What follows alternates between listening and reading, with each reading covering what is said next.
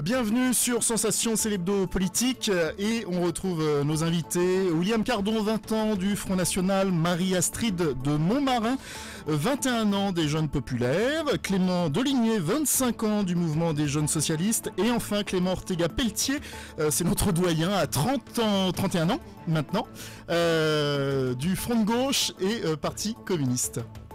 Et aujourd'hui, on va parler d'un nouveau sujet. On va s'intéresser à la parité. Moins d'un député sur 5 est une femme.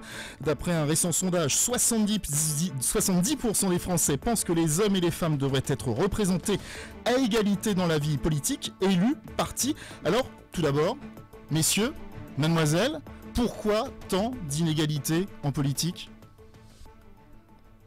Lancez-vous, hein. En tant que femme. En tant que femme, Marie-Astrid de Montmarin. Je vais commencer. Je pense que il faut resituer les choses dans un contexte historique. Je veux dire, c'est pas un scoop que la place de la femme a évolué, que la société a évolué. La chose publique était avant exclusivement réservée à l'homme. Et c'est vrai qu'il faut que, l'évolution a été progressive. Les femmes commencent à arriver en politique. Avec des lois, effectivement, sur la parité, on favorise cette arrivée en politique. Et je pense que c'est un processus qui va être lent. Il faut le temps. Faut laisser les choses se faire. Il faut le temps que les femmes acceptent l'idée, s'autorisent, j'ai envie de dire, à faire de la politique, à s'intéresser au domaine public. Et je pense que les choses se font progressivement. On peut voir quand même que, même si c'est plus vraiment le cas actuellement, Nicolas Sarkozy a quand même fait un effort de parité dans son gouvernement. Et on a quand même aujourd'hui des femmes qui sont à des postes clés. Je pense à Christine Lagarde notamment, qui a un très gros ministère. Et je pense qu'il y a quand même des évolutions qui sont faites, même si c'est pas suffisant. Et même si je vais peut-être vous étonner, allez-y, étonnez-moi. En tant que femme, je ne suis pas pour... Féministe. Je ne suis pas féministe au sens de 50% stricto sensus à suivre avec une obligation. Je préfère la qualité à la quantité, je vous avoue. Et je préfère laisser le temps... je préfère être représentée par des femmes de qualité plutôt que d'avoir une recherche et de parfois, du coup, aller dégoter des femmes, j'ai envie de vous dire, qui viennent juste là parce que ce sont des femmes, mais qui n'ont pas forcément ni l'envie, ni les qualités requises forcément pour faire de la politique et qu'on les place là simplement, parce que ce sont des femmes. Et moi, je trouve ça dommage et je préfère...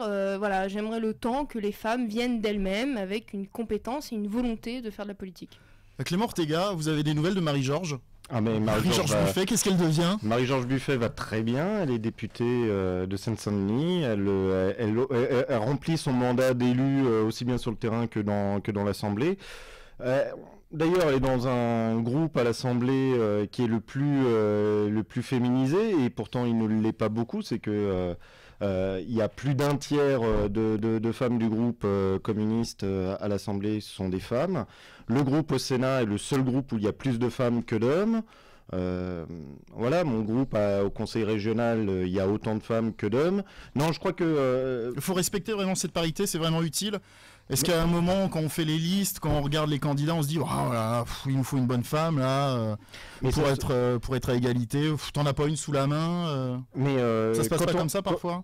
Mais si, et justement, malheureusement, non, mais je le dis très sincèrement, et là, tous les partis en sont responsables, mais c'est pas une question, et je suis pas du tout d'accord avec Marie-Astrid, c'est pas le fait que les femmes n'ont pas envie, je crois qu'on est profondément dans une société patriarcale. Mais bien sûr, faut qu'elles s'occupent des enfants. Mais elles peuvent pas faire de politique, elles ont pas que ça à faire. Mais c'est ce qui a beaucoup été dans la tête, et c'est ce qui reste encore beaucoup dans les têtes. On fait encore payer aux femmes le fait que c'est elles qui portent l'enfant et qu'elles ont leurs règles. Et on leur fait payer dans le monde politique, mais on leur fait payer dans le monde de l'entreprise, on leur fait payer partout. Ce fait-là comme si c'était un handicap. Or, ce n'est pas un handicap. Les femmes représentent plus de la moitié de l'humanité. Il n'est pas normal qu'elles ne puissent pas diriger et prendre des rôles de responsabilité. On parle du monde politique, on peut parler dans les entreprises, mais au bout d'un moment, moi je veux bien qu'on parle de représentation de la femme dans le monde politique, mais tant que les femmes n'auront pas le même salaire que les hommes, on pourra toujours se faire des lois en disant il faut 50% absolument. de femmes sur les listes sur les listes que l'on présente à des élections, on ne règle pas profondément la question. Et je pense sincèrement qu'en plus, il y a un retour en arrière de la femme et du pouvoir, entre autres, de disposer elle-même de son corps et de tout ce qu'elle a, toute l'avancée du mouvement féministe, quand on voit que depuis 2 ans, on n'a jamais vu autant d'IVG pour les jeunes femmes de 16 à 18 ans. Oui, chez les ados, oui. Chez les ados, ce qui est catastrophique, ça veut dire que c'est pas une avancée féministe, parce que ça a été, l'IVG a été une avancée en disant que ça permet aux femmes de pouvoir s'approprier leur corps. Sauf qu'aujourd'hui, ça veut dire que on met la question du préservatif, la question de l'éducation sexuelle tellement bas dans notre mode éducatif et dans nos politiques, qu'aujourd'hui on se retrouve avec ces déchirements de jeunes femmes qui sont obligées d'aller avorter. C'est là la question qui se pose aujourd'hui, et je pense que la place de la femme est en train de reculer. Le 8 mars, c'est la journée internationale de la femme. La vraie question, c'est pas une fois par an se poser la question de c'est quoi la place de la femme dans notre société, c'est de se poser en permanence. Et quand vous parliez tout à l'heure de la place de la femme sur nos listes, c'est un grand combat, et que... Liste, hein, pas lit. Sur liste, oui, dans les listes. Après, dans les lits, après, chacun voit comme il veut. Il peut y en avoir plusieurs, pourquoi pas. Mais sur la question des listes, je ne cesse de gueuler contre mon parti quand je vois le nombre d'hommes qui ont des postes à responsabilité dans mon parti. Je trouve ça totalement inadmissible, et je ne crois pas que ce soit les femmes qui ne veulent pas prendre de responsabilité, c'est ce qu'on ne leur permet pas de prendre des disponibilités, on ne leur permet pas de trouver la solution, mais notre société ne permet pas de mettre la femme à sa place avec les contraintes qu'elles ont, comme les hommes. Alors moi je connais au moins 2 femmes qui ont très envie d'avoir des responsabilités du pouvoir, Martine Aubry et Ségolène Royal pour le PS. Ce débat sur la parité, sur la place des femmes en politique, vous Clément Deligné, qu'est-ce que vous en pensez ? Oui, on voit bien qu'aujourd'hui les inégalités... Vous avez des femmes de pouvoir au PS. Hommes et femmes persistent, notamment elles sont encore creusées aujourd'hui sous le gouvernement de Nicolas Sarkozy. On le voit avec la réforme des retraites, puisque aujourd'hui les femmes touchent en moyenne une retraite 40% inférieure à celle des hommes. Tu parlais du salaire tout à l'heure, les femmes touchent un salaire en moyenne de 27% inférieur à celui des hommes. Pour donner d'autres chiffres aussi, pour remettre un petit peu la réalité et bien la comprendre, 83% des travailleurs à temps partiel sont des femmes, 75 000 femmes sont violées par an, 80% des tâches ménagères sont faites par des femmes. Donc on voit bien que les inégalités sont présentes aujourd'hui et créent un effet pour les combattre. Il y a ces mêmes inégalités dans les partis. Oui, je pense que Clément en a déjà un petit peu parlé avant, mais je pense que justement pour combattre ces inégalités tout au long de l'année et pas seulement en parler un jour par an à l'occasion de la Journée internationale des droits des femmes le 8 mars, ça serait, notamment c'est ce qu'on propose au Parti Socialiste, ça serait de créer un ministère des droits des femmes pour justement mesurer les inégalités et y apporter des réponses concrètes, et des solutions, il y en a, l'éducation au sexisme et à la sexualité, faire en sorte d'imposer par la loi les égalités salariales, faire de la prévention contre les violences, etc. Il y a beaucoup de choses qui peuvent être faites, et donc voilà, après il faut avoir une volonté politique de le mettre en place, et les socialistes non. Alors, au sein du PS, au sein du MJS, est-ce que vous peinez à trouver des femmes, des militantes, ou est-ce qu'elles viennent naturellement ? Est-ce que vous arrivez à les charmer ? Non, enfin on charme pas particulièrement les femmes. Quand on fait de la politique, peu importe le sexe, qu'on soit un homme ou une femme, on fait de la politique, on défend certaines idées. On fait pas de différence au Parti Socialiste que l'on soit un homme ou une femme. D'accord, donc finalement, il faut une parité ou pas dans les partis ? Je pense qu'il faut une parité pour les postes à responsabilité et les postes électifs, justement pour permettre, faire en sorte justement que les femmes puissent émerger, puissent avoir la responsabilité et auxquelles elles ont droit, puisqu'on voit aujourd'hui que dans la société patriarcale dans laquelle on vit, les femmes sont toujours confinées au domaine du privé et on leur laisse pas du tout d'espace dans le domaine public. Et donc c'est pour ça que la parité sert à remédier à cela. Alors moi je connais au moins une femme qui a réussi à émerger, c'est Marine Le Pen, aidée par son papa naturellement. Marine Le Pen, une femme à la tête du Front National, c'est plus doux, ça aide à faire passer les idées. C'est sûr qu'une femme c'est mieux vu en politique, il y a une image voilà, attendrissante, mais... On a envie de lui faire des câlins, c'est ça? Vous pouvez non. le dire, William, allez-y. Non, quand même pas. Non, mais c'est sûr qu'au Front National, on n'a pas de place, on n'a pas de mal à mettre des femmes en avant, puisqu'on a Marine Le Pen en tant que présidente, et on a une de nos vice-présidentes, Marie-Christine Arnautu, qui est une femme aussi, et même la chef du FNJ est une femme. Donc voilà, des femmes au plus haut poste, on les a chez nous. Est-ce que ça aide à faire passer les idées ou pas une femme? Non, pas du tout, elles apportent leur sensibilité, mais non, pas de différence. Pas de différence? Vous y croyez vraiment, Clément Ortega? Non, mais la question n'est absolument pas sexuée sur la question de convaincre ou pas convaincre ou de faire passer des idées. Ah bah je sais pas, hein, on a le comparatif Marine Le Pen, Jean-Marie Le Pen. Je pense que Marine Le Pen est plus rassembleuse que son père. Je sais pas, mais si on regarde effectivement le cas de Marine Le Pen, quand je parlais de société très paternaliste, en tout cas très axée sur le pouvoir de l'homme et du père, je trouve que là, on est même dans l'exemple symptomatique de ce que portent réellement les valeurs famille du Front National, oui, complètement. Donc on peut laisser la place à la fille. Voilà. Pas à une femme, à la fille. William? Non, je tiens juste à rappeler que c'est quand même pas une monarchie hein, au Front National. Il y a eu un vote, ça s'est fait de façon démocratique. Donc moi personnellement j'ai voté pour Bruno Gollnisch, donc je suis quand même bien placé pour en parler. Et voilà, il n'y a pas eu, elle n'a pas été élue parce que c'est la fille. Voilà, elle a été élue parce qu'elle a un avantage médiatique, qu'elle a réussi à faire sa place. Et après il faut se poser la question, pourquoi les journalistes ont plus invité Marine Le Pen que Bruno Gollnisch? Voilà. Non, mais ce que je veux dire par là, c'est que pas parce que vous mettez Marine Le Pen à la tête du Front National que vos idées sur la question de la famille et de la place de la femme va changer. Vous n'allez pas me dire que demain, tout d'un coup, dans le programme du Front National, on va amener sur la question de il faut donner de l'argent au planning familial, or que le Front National a toujours dit qu'il fallait tuer les plannings familiaux. Vous n'allez pas tout d'un coup dire la question de l'IVG, la question de la prévention sida, la question de la sexualité... il faut la reposer. Vous n'allez pas revenir sur la question de la femme dans l'entreprise parce que à chaque fois, dans tous vos programmes, vous avez sans arrêt cassé toutes les avancées du combat féministe. Bah, si, bien sûr, depuis 150 ans, le Front National remet en cause la place de la femme dans notre société. Quand on dit la femme, sa place est dans la cuisine, je pense très sincèrement que c'est l'idée de fond au Front National. C'est tout. Mais en plus, vous l'écrivez, donc c'est vraiment pas, c'est pas un secret. Marie-Astrid à la cuisine? Oula, non. Surtout que je suis une catastrophe. Non, juste en revanche, pour le coup, là où je rejoins ce que vous disiez d'ailleurs, c'est que je pense qu'effectivement, Marine Le Pen a fortement aidé l'image du Front National. Le fait que ça soit une femme, elle a quand même une image qui apparaît comme étant moins radicale, même si les idées, au fond, sont les mêmes.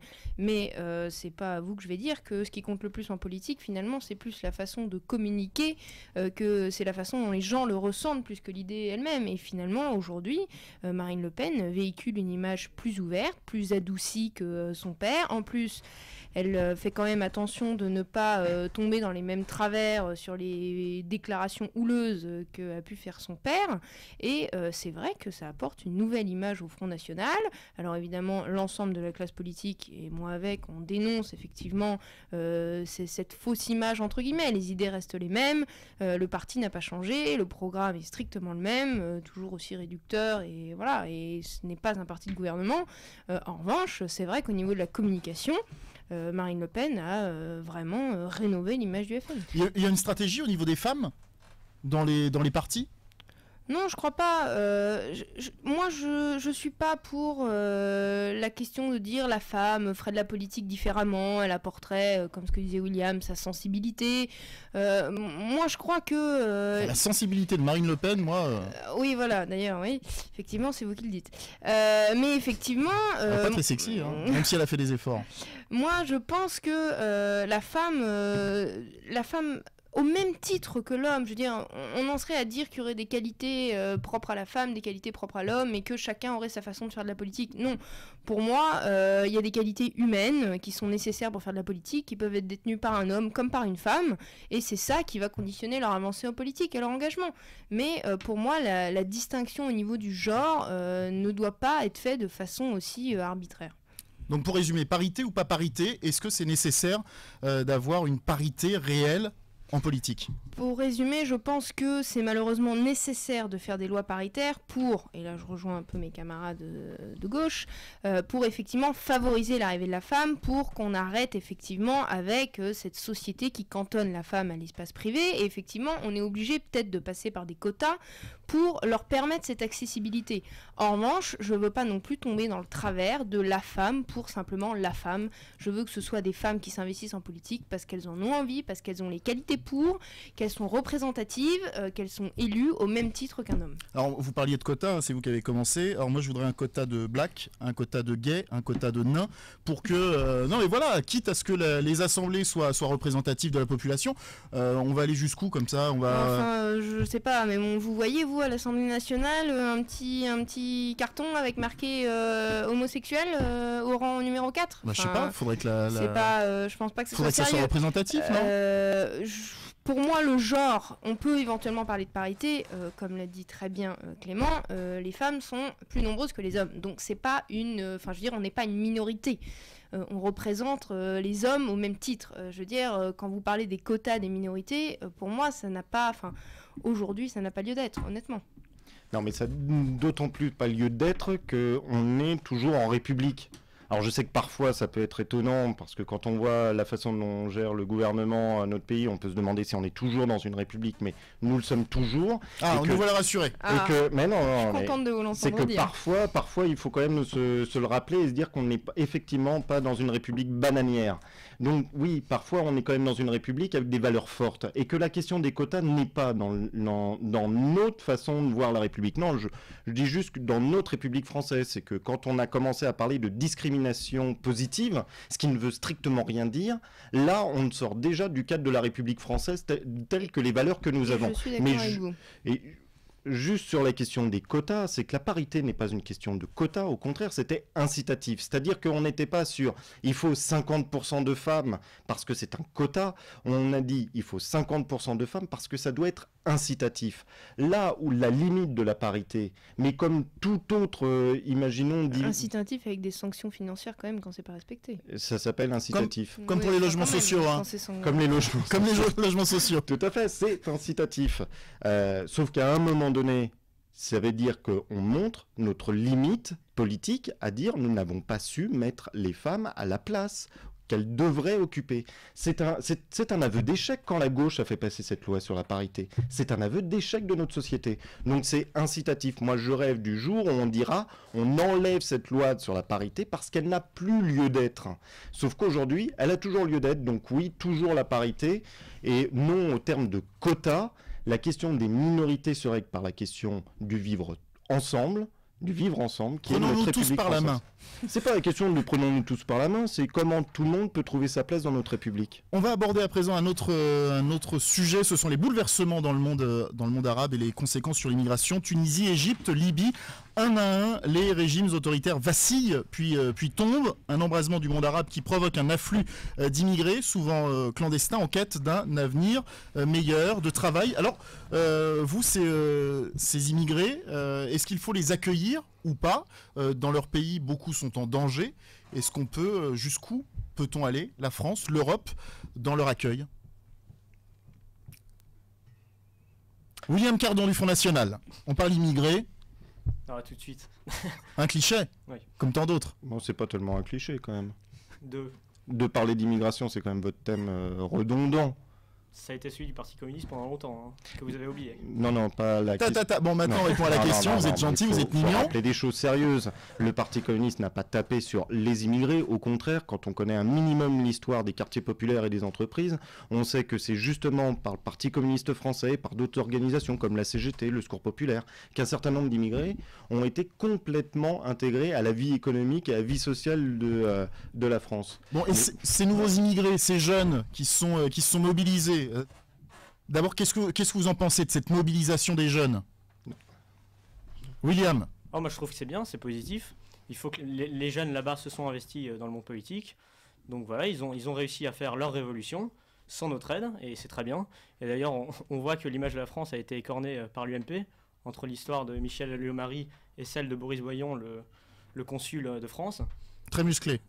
Oui, très musclé. Ça fait un peu penser à une affiche de Tétu, mais bon. Ah, c'est la donc, lecture. on avait fait immigration, maintenant on parle d'homosexualité. C'est bien, on continue. Non, très bien sur vos thèmes. Non, mais je pourrais continuer sur Georges Marchais et son discours dans les années 80 qui Non, mais voulait arrêter l'immigration. Donc, il faut peut-être revenir aux fondamentaux aussi. Mais... Alors, les fondamentaux, justement, c'est moi qui les donne. C'est la mobilisation des jeunes dans les pays arabes et cette immigration. Qu'est-ce qu'on fait avec ces jeunes Tunisiens, ces jeunes Égyptiens qui sont en quête d'un avenir meilleur et qui viennent à nos portes? Moi, je pense Clément Deligné. Je pense qu'on peut les accueillir, mais la question principale que je pense qu'il faudra se poser par rapport aux révolutions populaires qui ont lieu actuellement au Maghreb, c'est plutôt de se dire comment ça se fait que jusqu'à présent, on avait justement une France avec le gouvernement UMP qui était en collusion avec ces régimes autoritaires. Je ne vais pas rappeler, tout le monde a vu dans les médias, hein, Michel Alliot-Marie en Tunisie, Fillon en Égypte. Oui, le fils Mitterrand en Afrique aussi. Hein, vous pour avez le aussi PS. oublié vos petites années de gouvernement. Je sais que c'est loin, je sais que c'est dur de s'en rappeler, mais quand même, faites un effort. Le problème, c'est que c'est toute cette politique qui a été menée jusqu'à aujourd'hui de dire qu'en fait, ces régimes étaient le seul rempart à des États islamiques. On voit bien que cet argument il tombe en miettes, il est totalement faux et que les peuples sont en capacité de prendre leur destin en main, d'avoir des aspirations démocratiques et sociales fortes sur la liberté d'expression, sur l'emploi, les salaires, etc. Et donc c'est ça qui est vraiment important, je pense, et qu'il faut noter. Mais je crois surtout qu'il faut noter que c'est que chaque gouvernement de droite comme de gauche a bien croqué, que ce soit en Afrique, au Maghreb, au Machrek et autres. Il y a eu des accords, il y a eu des petits arrangements. Donc je pense qu'on peut généraliser sans se. Je pense que c'est pour ça que maintenant aujourd'hui il est plus qu'urgent que la France et l'Union européenne prennent leurs responsabilités. Alors et des quelle politiques responsabilité de collaboration, travailler en collaboration avec ces pays-là. Pour mener la transition démocratique, faire en sorte que ce soit ces peuples qui prennent eux-mêmes en main leur destin. Et puis voilà, après c'est aussi essayer de sortir du libre-échange, mettre en place un juste échange avec ces pays-là, parce que jusqu'à présent, la politique de la France en Afrique, c'est simplement de piller leurs richesses. Alors, piller les richesses, spécialité de l'UMP ou pas? Comme vous l'avez rappelé vous-même, je pense qu'il faut pas se mentir. Effectivement, il y a une politique qui est mise internationale, des affaires étrangères qui est quand même sur une ligne globalement constante depuis des dizaines et des dizaines d'années, même sous l'ère Mitterrand. Je pense que pour ce qui est des révolutions, je crois que même les autres gouvernements, personne n'a vu venir cette révolution. Peut-être qu'on n'a pas su avoir des signes annonciateurs. Maintenant, il suffit de lire l'Humanité en fait pour savoir que quand même il y a des révolutions qui se préparaient, entre autres en Tunisie. Il suffit de lire l'Humanité. Et le gouvernement n'a peut-être pas su réagir, en tout cas les agences de notation si, puisque dès les premiers... Arrêtez avec vos agences de notation, à chaque fois vous leur fourguez. Dès les premiers mouvements de côté révolte, libéral. Dès les premiers mouvements de révolte, les agences de notation ont baissé les notes de ces pays-là, ce qui montre bien que le libéralisme c'était prévisible. Est contre la démocratie, joue contre la démocratie, et ça accorde parfaitement avec ces régimes autoritaires afin de maintenir une certaine oligarchie qui... Et maintenant concrètement, les Libyens, les Tunisiens, les Égyptiens qui fuient leur pays à cause des massacres, à cause des représailles, qu'est-ce qu'on fait? Qu'est-ce qu'on peut leur apporter comme aide? Non mais juste une chose, il faut peut-être revenir sur la raison même de ces révoltes. C'est que la raison même de ces révoltes, c'est qu'on est en pleine crise mondiale, crise financière, crise économique, crise sociale, et que le point de départ, ce sont des grèves dans les entreprises, ce sont des occupations d'administration, ce sont des manifestations dans la rue pour demander la baisse du prix du pain, pour demander la baisse du prix des matières premières, juste pour pouvoir manger. C'est-à-dire que là, on est sur des questions tellement sociales que les gouvernements n'ont pas voulu répondre, et que là a été transformé dans une aspiration démocratique. Clément Deligné le disait tout à l'heure, il y a une aspiration sociale, c'est le point de départ. Et donc le point de départ pour répondre aux besoins des populations, c'est de répondre à ces besoins de cette aspiration sociale. Donc, effectivement, Clément Deligné parlait tout à l'heure, quelque part, de coopération, de co-développement. Oui, aujourd'hui, il est temps d'arrêter la France-Afrique. Il est temps que la France prenne ses responsabilités et aide les pays africains.